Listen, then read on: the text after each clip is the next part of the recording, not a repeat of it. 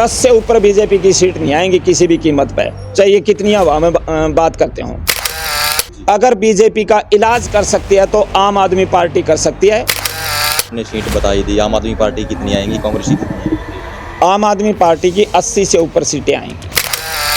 आम आदमी पार्टी बिल्कुल सफाया करेगी, झाड़ू फेरेगी। नमस्कार, कैथल खबर से मैं विक्रम यादव।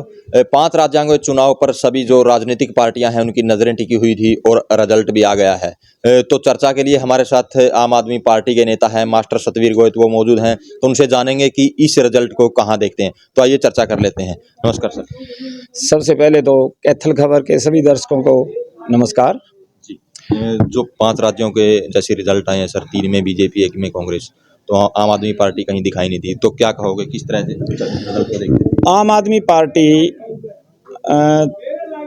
वास्तव में एक छोटी पार्टी है अभी, और क्योंकि ये बड़े स्टेट थे और नेशनल पार्टी है, इसलिए सभी स्टेटों में चुनाव जरूर लड़ते हैं, लेकिन इरादे से नहीं, जिस तरीके से भाई जीतने के इरादे से हैं। अब जैसे हरियाणा स्टेट है, पहले दिल्ली में आए, फिर पंजाब में आए। एक तरफ हरियाणा के पंजाब है, एक तरफ दिल्ली है, छोटा स्टेट है। हरियाणा में पूरी तरह से सरकार बनाने के इरादे से चुनाव लड़ेंगे और यहाँ का रिजल्ट मायने रखेगा कि आम आदमी पार्टी का ग्राफ कितना है, कितना नहीं। मध्य प्रदेश, छत्तीसगढ़, राजस्थान पार्टी ने कुछ कैंडिडेट जरूर उठाए थे, लेकिन इतने सीरियस नहीं थे कि भाई मतलब चुनाव जीत सकते हैं। और वैसे भी देखो, स्ट्रक्चर की बात होती है, उन स्टेटों में अभी इतना स्ट्रक्चर है नहीं। लेकिन हरियाणा में आज हम गांव-गांव तक पहुंच गए हैं। हमने हर गांव के अंदर 21 मेंबरी कमेटी बना दी। अब उन कमेटियों की वेरिफिकेशन चली हुई है। वेरिफिकेशन का मतलब ये है कि भाई 21 मेंबरों में अगर कोई काम नहीं करने वाला, उसको काट दो और उसकी जगह जो काम करने वाले हैं वो ले लो, क्योंकि पार्टी इस मामले में अभी डील नहीं बरत सकती और इरादे से अब चुनाव के अंदर उतरेगी। जी। तो सर, जैसे आप कह रहे हो कि आम आदमी पार्टी हरियाणा में अच्छी तरीके से लड़ेगी, जो चर्चाएं हैं ये जैसे रिजल्ट आए हैं, तो सभी चर्चाएं हैं कि बीजेपी अब और जैसे अप होके यहाँ हरियाणा में उभरेगी और कहीं ना कहीं जोश भी बीजेपी नेताओं में या कार्यकर्ताओं में दिखाई देगा। देखो, कार्यकर्ताओं में और नेताओं में जोश आना तो एक जाहिर सी बात है। अगर 3 स्टेट जीते हैं तो जोश आना लाजमी है, लेकिन ग्राउंड रियलिटी ये है, 4 साल के अंदर 4 साल में मतलब 2021 के बाद जब से CET का एग्जाम लिया है, ये सरकार एक भी रेगुलर भर्ती नहीं कर पाई। सारी भर्तियों के पेपर या तो लीक हो जाते हैं या फिर कोर्ट में पेंडिंग हैं। और नौजवान चंडीगढ़ में, पंचकुला में धरने पर बैठा है। CET के एग्जाम हो चुके लेकिन वो कोर्ट में है। और कमाल की बात तो ये कि सरकार ये कहती है कि कोर्ट से समाधान आप करवाएं। अगर कोर्ट से समाधान कैंडिडेट को ही करवाना है तो फिर सरकार के पास जो ये अमला है, AG हैं, मतलब जो भी सरकारी वकील हैं, उनका क्या मतलब है? एक बहानेबाजी है। और इससे छोटी बात और क्या हो सकती है कि ग्रुप D का एग्जाम, जिसमें PhD तक के बच्चे बैठे, वो भी ये सही तरीके से नहीं ले पाए, वो भी लीक हुआ और आज वो भी कोर्ट में है। वो भर्तियां भी ये सरकार नहीं कर पा रही।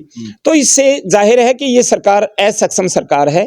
और ये कह देना अवाम में कि फलाना हम स्टेट जीत गए और यहाँ हमारे हौसले बुलंद हो गए, हौसले तो ग्राउंड रियलिटी पे ये हैं कि ये गांव में जाके लोगों की समस्याएं फेस नहीं कर सकते। अब की बार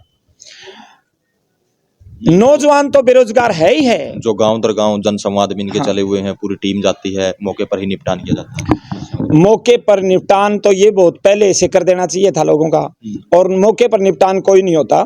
मैं बताता हूं, उसका निपटान करके दिखाओ। कल ही हमें छोट गांव में गए, एक बुजुर्ग महिला जिसका मीटर उखाड़ लिया गया और अब जब वो मीटर लगवाने के लिए जाती है तो 2.5 लाख रुपए उसकी इनकम बताते हैं। उसके पास सिर्फ एक वृद्धावस्था पेंशन है। अनेकों लोगों के मीटर उखड़े हुए हैं बिल ना भरने की वजह से। इससे दुर्भाग्य की बात और क्या हो सकती है कि 76 साल आजादी के बाद अगर हम किसी गरीब की झोपड़ी में एक बल्ब नहीं जला पाए तो किस चीज की आजादी और क्या इन सरकारों ने किया। तो ग्राउंड रियलिटी तो बहुत बुरी स्थिति में है। लोग 8-8, 10-10 हजार से लेके 30-30 हजार तक के मजदूरों के बिल हैं। इसकी वजह से उनके राशन कार्ड कट गए थे वो न्यारे। ये तो अलग बात है कि सरकार ने जब आम आदमी पार्टी का बिजली आंदोलन चला और उसमें ये चीजें निकल के आई, उसके बाद सरकार ने ये 12,000 की बिल के साथ जो सीलिंग थी राशन कार्ड कटने की वो वापस ले ली। लेकिन लोगों के बिलों में कोई कमी नहीं आई और लोग दुखी हैं बुरी तरह से। यानी रोजगार ये नहीं दे पा रहे, बिजली के बिल ज्यादा आ रहे हैं, पानी के बिल लोगों से भरे नहीं जा रहे, किसान दुखी है। किसान की जो फसल खराब हुई 2 बार खराब हुई है, मुआवजा 1 बार का भी नहीं मिला। हमारे साथ में पंजाब भी है, पंजाब के अंदर 2 बार फसलें खराब हुई, दोनों के दोनों बार 15 दिन के अंदर अंदर मुआवजा किसानों के खातों में था। और फ्लड में तो ये यहाँ तक कह दिया भाई किसी की अगर मुर्गी भी मरी है उसका भी मुआवजा देंगे। और आप जाके सर्वे कर सकते हैं कि लोगों को मुआवजे मिले कि नहीं मिले। बिल्कुल लोग बताते हैं कि किसी का कोठा ढह गया, कोई भी नुकसान हुआ, हर एक को मुआवजा मिला है। जो सीएम साहब हैं, सीएम साहब ये कह रहे हैं, आप पंजाब की जैसे बात कर रहे हैं, अभी घोषणा इतनी करनी चाहिए जितनी मतलब पूरी कर सको। अब जैसे घोषणाएं पंजाब में कर दी हैं, अभी पूरी करने के लिए सेंटर के आगे झोली फैलाए बैठे।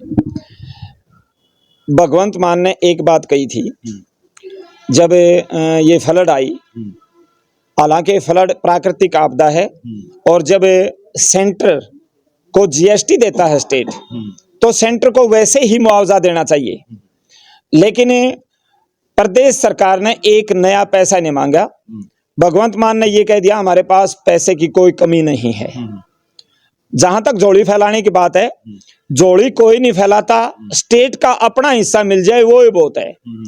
और खट्टर साहब की जहां तक बात है, राजस्थान में ये कह के आए हैं 450 का सिलेंडर देंगे। अब इनके घोषणा पत्र में था 2700 रुपए क्विंटल के हिसाब से कणक खरीदेंगे, +2 पास करने वाले बच्चों को स्कूटी देंगे। ये देखते हैं घोषणाएं हैं या मतलब पूरी करेंगे या नहीं करेंगे। यहाँ जो घोषणाएं हुई, फ्री बिजली की घोषणा हुई, आज फ्री बिजली है। महिलाओं को सफर फ्री की घोषणा हुई, वो सफर फ्री है। स्कूल, कॉलेज, मेडिकल कॉलेज, मोहल्ला क्लिनिकों की घोषणाएं हुई, उन पर आज धड़ाधड़ काम जारी है। 750 के लगभग मोहल्ला क्लिनिक हो गए। कच्चे कर्मचारियों को पक्का करने की बात आई, 30,000 कर्मचारी पक्के कर दिए। 1.5 साल में 38,000 नौकरियां दे दी। एक नौकरी का भी पेपर लीक नहीं हुआ। ये होती है सरकार। यहाँ ये एक भी पेपर बिना लीक के मतलब पूरा नहीं करवा पाए। सारी की सारी भर्तियां कोर्ट में लटकी हुई हैं, तो कोर्ट में लटक नहीं रही, ये सरकार जानबूझ के लटकवा रही है कोर्ट में। अगर सरकार की नीयत हो तो पंजाब की तरह 38,000 भर्तियों में एक पेपर की लीकेज नहीं है। दूसरी बात है 24 घंटे बिजली। बिजली बोर्ड जब पंजाब में सरकार आई 18,000 करोड़ के घाटे में था, आज वो 500 करोड़ के वादे में है। यानी 90% घरों को फ्री बिजली मिलती है। उसके बावजूद बिजली बोर्ड मुनाफे में चला हुआ है। ये होती हैं घोषणाएं और इस तरह से होती हैं पूरी। ये तो आज कहने की बात नहीं, बच्चे बच्चे की जुबान पर हैं ये बातें। सरकार क्या कहती है क्या नहीं कहती कोई मायने नहीं रखता। ग्राउंड रियलिटी क्या है वो लोग जानते हैं। अब हम जैसे गांव में जा रहे हैं और ये जैसे रिजल्ट आए हैं, इनमें कांग्रेस का सुपड़ा साफ हो गया। अब लोगों ने एक बात कहनी शुरू कर दी कि बीजेपी को हराना कांग्रेस के बस की बात नहीं। अगर बीजेपी का इलाज कर सकती है तो आम आदमी पार्टी कर सकती है।